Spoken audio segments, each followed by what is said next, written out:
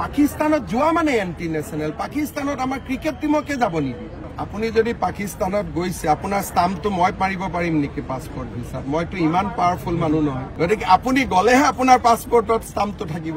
পাকিস্তানত মানুহ লুকাই কিয় যাব? পাকিস্তানত কোনোবা গলে ডেলিগেশ্যনত যাব, ফটো উঠি যাব। চুপচাপ কৰি পাকিস্তানত কিয় যাব? কালি যদি ৰাতিপুৱা মই 7 দিন নোহোৱা হৈ যাওঁ, 8 দিনৰ দিনাখন আপোনালোকে গম পালে হিমন্ত বিশ্ব শৰ্মা পাকিস্তানৰ পৰা আহিলে, আপোনালোকে মোক এৰি দিব, জমাই কৰি চেছ কৰি দিব।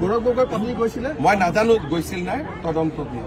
আপুনি যদি পাকিস্তানত গৈছে আপোনাৰ ষ্টাম্পটো মই মাৰিব পাৰিম নেকি পাছপৰ্ট ভিছাত? মইতো ইমান পাৱাৰফুল মানুহ নহয়, গতিকে আপুনি গলেহে আপোনাৰ পাছপৰ্টত ষ্টাম্পটো থাকিব।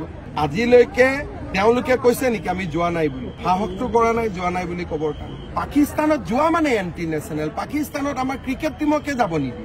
পাকিস্তানত মানুহ লুকাই কিয় যাব? পাকিস্তানত কোনোবা গলে ডেলিগেশ্যনত যাব, ফটো উঠি যাব। চুপচাপ কৰি পাকিস্তানত কিয় যাব? মই যদি আজি পাকিস্তানত যাওঁ আপোনালোকে মোক এৰি দিব নেকি? কালি যদি ৰাতিপুৱা মই 7 দিন নোহোৱা হৈ যাওঁ, 8 দিনৰ দিনাখন আপোনালোকে গম পালে হিমন্ত বিশ্ব শৰ্মা পাকিস্তানৰ পৰা আহিলে, আপোনালোকে মোক এৰি দিব, জমাই কৰি চেছ কৰি দিব।